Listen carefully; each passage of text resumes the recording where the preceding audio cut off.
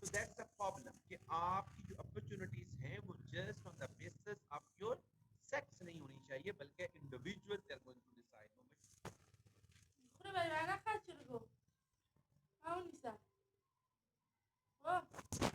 WhatsApp पर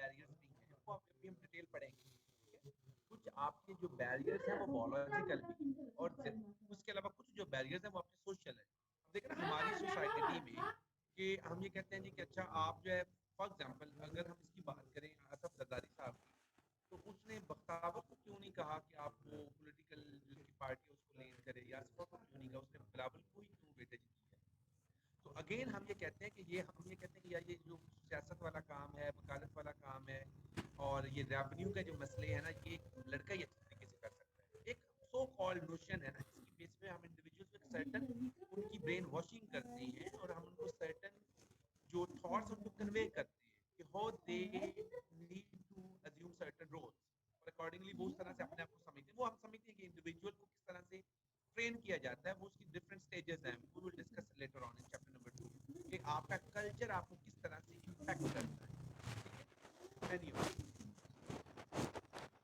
जी उजैर साहब you are right कि मरियम नवाज की एग्जांपल भी है, लेकिन हम जनरल अप्रोच की बात करते हैं. एक्सेप्शंस ऑलवेज एग्जिस्ट, ठीक है, लेकिन हम ये कहते हैं कि हमारी सोसाइटी में हमेशा जो वेटेज है, जो प्रायोरिटी है वो मेल को ही दी जाती है.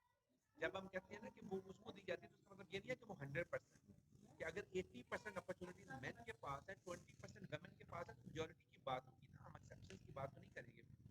आज getting my point was that. Okay,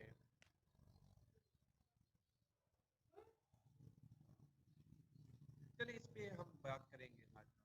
okay, इसी तरह अगर हम बात करें ये शर्ट साइज, अच्छा अनदर थिंग, क्योंकि जो जेंडर स्टडी है, gender study that is going to take origin from the west, हम उनकी जो वेस्टर्न थॉट्स हैं उनको भी हम स्टडी करते हैं. It doesn't mean कि whatever we are going to study here, it doesn't mean that is a reflection of our own thinking. Okay, so जो कुछ हम पढ़ते हैं हम उसके कॉन्टेक्स्ट में चीज़ों को ले रहे होते हैं. उसको आप मेरी ओपिनियन या आप किसी इंडिविजुअल की ओपिनियन के साथ उसको लिंक मत करें. ठीक है, कि हम इस चीज़ को सपोर्ट कर रहे हैं, ये हमारा कल्चर नहीं है, whatever.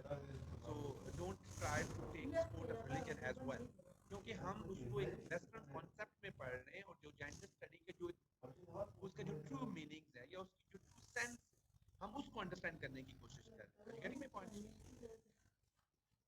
चलिए that is the last question. Sultan, फिर मैं नेक्स्ट पॉइंट करूंगा.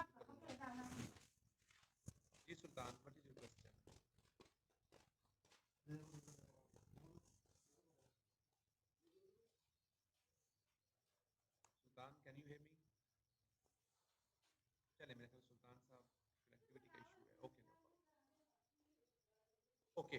और जब हम शेयर साइज की बात करते हैं कि इनिशियली जब वमेन जो थी, वमेन को जब एक्सेस मिलती है यूनिवर्सिटी में, तो उनके लिए रिस्ट्रिक्शन थी। कौन सी रिस्ट्रिक्शन थी कि because you are a female so you have to dress up in such a way that your shirt should be up to the length of your knee, because otherwise you are going to distract man. अब अगर ये condition man के लिए है, man के लिए नहीं थी, तो ये कंडीशन वमेन के लिए क्यों है? इसी तरह अपीयरेंस कि आप फीमेल हो, that's why you need to have long hair, that would be your beauty. इसी तरह का मेल की बात करते हैं तो जो एक मेल है, being a male you need to have your short hair, that would become your beauty. Gender studies, यार सुल्तान आपका क्वेश्चन है क्या? Is it only in Pakistan all over? भाई हम जेंडर स्टडीज को पाकिस्तान के कॉन्टेक्स्ट में नहीं पढ़ रहे, हम जेंडर स्टडीज को ओवरऑल ले रहे हैं कि ये जो डिसिप्लिन है ये ओवरऑल की दुनिया में रोल्स की इंडिपेंडेंस की बात करता है, ये रोल्स में इक्वालिटी की बात करता है कि जो इंडिविजुअल्स हैं, individuals whatever role, whatever opportunities, whatever preferences they are going to have in their daily lives, those roles, those opportunities, they should be accepted and they need to be respected। Clear? तो किसी एक की domination नहीं होनी चाहिए। आप एक criteria बना सकते हैं कि this is a criteria, for example if you are going to recruit a manager, so you can make certain criteria. If a male, a female, a third sex is going to meet that criterion, that individual should be accepted. You can't say that this is only for male, this is only for female। जिस तरह के आपने वो duties में देखा होगा ना, doctors में भी, तो हमेशा जो है कहने का मतलब है आप जेंडर स्टडी को फॉलो करें। भाई मैं ये नहीं कह रहा कि आप जेंडर स्टडी को फॉलो करें और इस्लाम को नहीं करें। Being a Muslim, this is our blind faith that Islam is a complete code of life. मैं आपको सिर्फ ये कह रहा हूँ कि सिर्फ इस सब्जेक्ट को अंडरस्टैंड करने के लिए कि इस सब्जेक्ट की डिमांड क्या है। वो ये कहते हैं, फॉर एग्जांपल वो कहते हैं कि होमोसेक्सुअलिटी होनी चाहिए, जेंडर स्टडी ये कहते हैं। अगर क्योंकि ये भी जो रोल है ना, सेक्सुअल रोल है, तो वो कहते हैं जी कि अब that is not possible here in Pakistan, और बीइंग मुस्लिम हम उसको सपोर्ट नहीं करेंगे। लेकिन जेंडर स्टडी कहते हैं जी कि वो अगर होमोसेक्सुअल है तो आपको क्या मसला है, उनका अपना जाती मसला है ना, that is their internal matter. तो अगर वो इंटरनल उनका कोई इशू है तो why you are not going to accept their role. Gender study ये बात करती है। अगर हम कहते हैं जेंडर स्टडी ये बात करती है तो डजंट मीन कि हम उसको कहेंगे कि हम भी उसको सपोर्ट कर रहे हैं। क्लियर?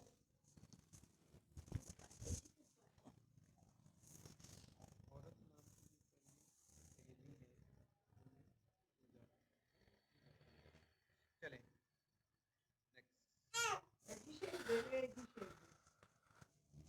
यार मुझे थोड़ा सा प्रैक्टिस करवाने दें तो आपको ज़्यादा चीज़ों की क्लैरिटी आ जाएगी, क्योंकि अभी हमने कुछ पढ़ा नहीं है ना, जिसकी वजह से आपके थोड़े से इश्यूज चल रहे हैं। ठीक है, तो let me move, then you will be in a better position to understand certain concepts. Okay, similarly अब ये तो एग्जांपल होगी। ओके, फिर जेंडर स्टडी की जब हम बात करते हैं तो वो कहते हैं कि जो भी एक सेक्स है उसको आप एज अ ऑब्जेक्ट के तौर पे या उसको एज अ कमोडिटी के तौर पे आप ट्रीट नहीं कर सकते। For example you can take example of women in Pakistani society, that always you are going to take women in order to settle your disputes, and obviously you would be aware with the case of Mukhtara Mai, कि जो मुख्तारा माई थी, मुख्तारा माई के साथ जो gang rape हुआ था, अब उस गैंग रेप में मुख्तारा माई को बेसिकली विक्टिमाइज किया गया था फॉर नथिंग, कि अगर कोई गलती थी भी तो वो मुख्तारा माई के भाई की। ठीक है, ये हम जब केस स्टडी करेंगे तो हम ये देख लेंगे, बट स्टिल उन्होंने कहा था कि अब इसकी भाई की जो गलती है उसकी जो सजा है वो उसकी सिस्टर को दी जाएगी। ठीक है, सिमिलरली फिर जब हम मनी की बात करते हैं कि अगर एक ने किसी का मर्डर किया था तो आप उसको सेटल करने के लिए फिर वो अपनी बहन का या अपनी बेटी का रिश्ता दे देता है, तो again female is going to be used as a commodity for the settlement of your dispute. इसी तरह अगर हम बात करें ये बता सकता कि अच्छा जी आपको रिश्ता चाहिए तो उन्होंने आपके घर से रिश्ता मांग लिया, तो आपके भाई की खुशी के लिए बहन की शादी करनी पड़ेगी। क्योंकि अब ये जो चीज़ें बता सकता कि आप ये होता है ना कि ठीक है कि बोथ आर विलिंग, एक होता है कि आप चीज़ें इम्पोज करते हैं, तो फीमेल को ट्रीट किया जाता है as a commodity for your own pleasure, ये नहीं होना चाहिए। Are you getting my point? अच्छा जाम साहब, सर कल्चर की वजह से अगर शर्ट की लेंथ का इशू है कोई भी अडॉप्शन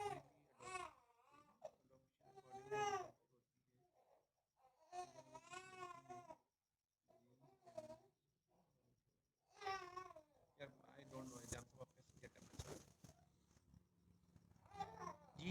साहब व्हाट इज वट्टा सट्टा?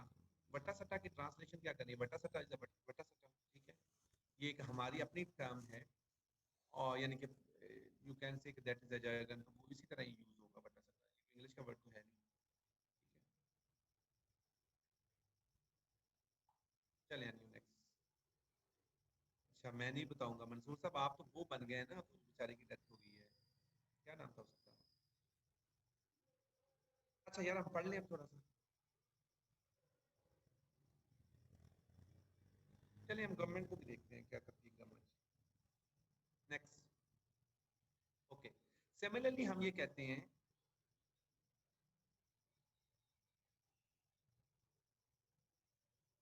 अच्छा इसको थोड़ा सा मुझे आगे मूव करने दें, फिर हम इस पर डिस्कशन करते हैं। सिमिलरली जब हम बात करते हैं जेंडर स्टडीज की, तो हम कहते हैं कि जो इंडिविजुअल्स के दरमियान जो बैरियर्स हैं, इंडिविजुअल्स के रोल में जो बैरियर्स हैं वो नहीं होनी चाहिए, और at the same time there should be dignity, there should be respect of all individuals. जब respect of all individuals means कि all individuals they need to be treated on equal parameters, there should be no discrimination, there should be no biasness, at the same time there should be no animalization. Likewise, in our society, always when you're going to use the term vixen and kitten, so these terms are used and they are going to be associated with the women for sake of your sexual pleasure. So their concern is that you need to stop making animalization. At the same time, when you're talking of the barriers, there should be no restriction in any form, even in the form of color. That not necessarily that a pink color should be associated with women, and blue color that should be associated with men. And another example could be occupation. Another examples that could be in terms of the roles as a breadwinner and a homemaker, and many other examples as well. Okay, and the next point is that at the same time, when you say that there should be independence in role, that there should be independence in role, not necessarily in your non-sexual role, but when you're talking of your sexual orientation, so there should be also independence. Can you tell me what do you mean by sexual orientation? What do you mean by sexual orientation? Anybody can explain? Any volunteer here? What do you mean by the sexual orientation? जी हम we are going to have a break by 7:30. Okay, changing sex है, sexual orientation में changing sex, aroma खुदा का खौफ करें, अच्छा शहरियार का ये changing sex गलत है, हाँ अरोमा का आंसर ठीक है, sexual preferences, ठीक है, कि जब हम sexual preferences की बात करते हैं, for example in our society there is a heterosexuality, that being a male you need to take interest in a female, and being a female you need to take interest in a male, that is sexual. Sorry, that is sexual preference. So when you're talking of gender studies, they are talking of independence of role. That role that could be in a, you can say, in an economic sphere, that could be in a political sphere, that could be in a religious sphere. At the same time, the role could be in a sexual sphere as well. जी बिल्कुल ऐसे ही अब्दुल्ला साहब, चले मती साहब ये मेरा ख्याल तस्वीर आप हाथ में रख लें, ज़्यादा फायदेमंद होगा, क्योंकि अभी बहुत सारी बातें होंगी, साथ साथ तस्वीर आप करते जाइए, गुनाह हमारे माफ होते जाएंगे। चले यानी नेक्स्ट, जब हम जेंडर स्टडी की बात करते हैं तो जेंडर स्टडी जो ट्रेडिशनल मीनिंग है सेक्सुअलिटी के उसको भी नेगेट करती है। अब ओवरऑल जब हम सेक्सुअलिटी को देते हैं तो that is going to be considered in two ways. रहना जब हम विक्सन और किटन की बात करते हैं तो ये बेसिकली आप उसमें यूज कर जाते हैं in term of sexual attraction. जी शहरियार भट्ट साहब आपका क्वेश्चन है। शहरियार जी भट्ट साहब। सर अस्सलाम वालेकुम। वालेकुम सलाम। एक तो आपकी बात गुल्लू बात और ये भी बड़े फेमस हैं यार।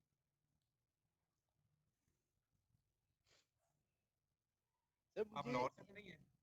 नहीं, मैं गुजरा खान से हूँ। My ancestors were Kashmir, the other side of Kashmir. चले ओके दैट्स गुड। जी आप क्वेश्चन करें भट्ट साहब। अच्छा मुझे ये बता दें कि जो आइडिया ऑफ बनी था ये कहाँ से आया था? यार ये तो हमारा लोकल है ना सब कॉन्टिनेंट का। ये एशिया पैसिफिक था?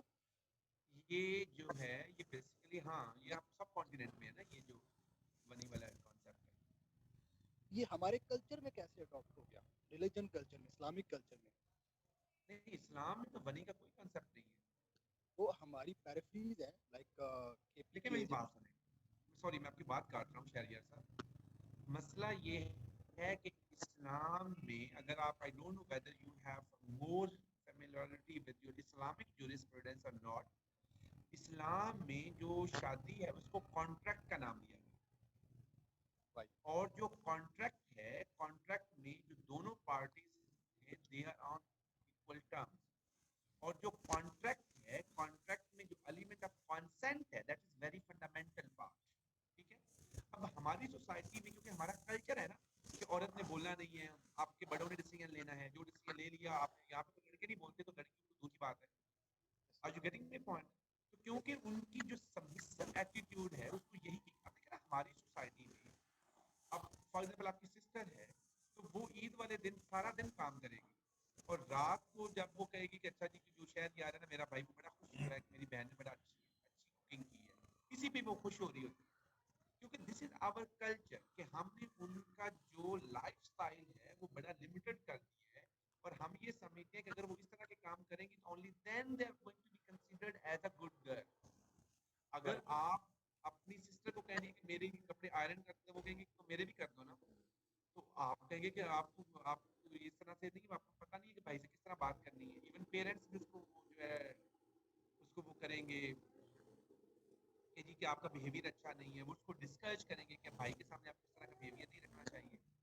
अब मसला ये है कि हम जो रोल्स बनाते हैं कि what is good what is bad, तो लड़के जो भी कर लेते हैं गुड है, और फीमेल्स के लिए एक सर्टेन क्राइटेरियन है, ठीक है, कि जिसमें उसको उससे नहीं निकलना, only then they feel good. तो वो बेचारी फिर अपनी फैमिली की हैप्पीनेस के लिए, चलो जिससे मेरे भाई जो है या मेरे जो फादर हैं उनकी जिंदगी बच जाएगी, उसके लिए वो अपनी लाइफ को कॉम्प्रोमाइज कर रहे हैं। Are you getting my point? चलें, थैंक यू वेरी मच भाई साहब। तो हम कहाँ पे थे? मेरा ख्याल है कि half past 7, can we go for break? मेरा इसको कंप्लीट कर लें before going for break, okay. Arfa भी मैंने एनाटॉमी नॉर्म्स, एनाटॉमी का मैंने बता दिया। एनाटॉमी मींस इंडिपेंडेंस, ठीक है। ऑटोनॉमी मींस, जब हम ऑटोनॉमी की बात करते हैं, autonomy means freedom, autonomy means independence, autonomy means self reliance, ठीक है। कि फॉर एग्जांपल अगर हम ये कहें कि जो आरफा है, अगर आरफा जॉब करना चाहती है लेकिन आरफा को इजाजत नहीं दी जाती कि नहीं नहीं नहीं आप लड़की हो, आप कैसे जॉब करोगी, आप घर में बैठो, आपको क्या मसला है, आपने कौन से पैसे कमाने हैं, वो तो आपके हस्बैंड की जिम्मेदारी है, तो आप क्यों पैसे कमाना चाह रही हो। तो ये है कि आपके पास इंडिपेंडेंस नहीं है, कि अगर आप कोई काम करना चाहते हैं तो सोसाइटी आपको सपोर्ट नहीं करती किसी कॉन्टेक्स्ट में, उस कॉन्टेक्स्ट में, ओके। और लास्ट में ये पॉइंट था कि एंडिंग सेक्सिस्ट एटीट्यूड, कि आपके जो behaviours just on the basis of sex, कि आप फीमेल हैं तो इसलिए आपका बिहेवियर जो है वो कॉम्प्रोमाइजिंग होना चाहिए, आप लड़के हैं तो इसलिए आपको डेयरिंग होना चाहिए, कि आपके ये जो सेक्स एसोसिएटेड रोल है ये नहीं होना चाहिए। So that is this, okay. So when we be back from break then we are going to start from this. So basically, introduction to gender studies is not over. We have discussed certain aspects. So after the break, we are going to continue. Okay. So let's have a break for 20 minutes and we'll after 20 minutes. जी अस्मा, मैंने आपको बता दिया है कि अगर हम बात करते हैं विक्सन, ये विक्सन किसके लिए यूज होता है, किटन किसके लिए यूज होता है, इसका लिटरल मीनिंग क्या है? Can you tell me what do you mean by vixen? नहीं, विक्सन वो आप प्यार से बोलते हैं ना, ठीक है। बड़ी हद है, उन्होंने सुल्तान साहब ने देखा वर्ड कैसा यूज किया। एनीहो, तो उसके लिए आप जो है वो फीमेल फॉक्स के लिए वर्ड यूज करते हैं ना, ठीक है। और जो किटन है, किटन आप किसके लिए यूज करते हैं? वो बेसिकली आप किसके लिए वर्ड यूज करते हैं? किटन कौन से एनिमल के लिए?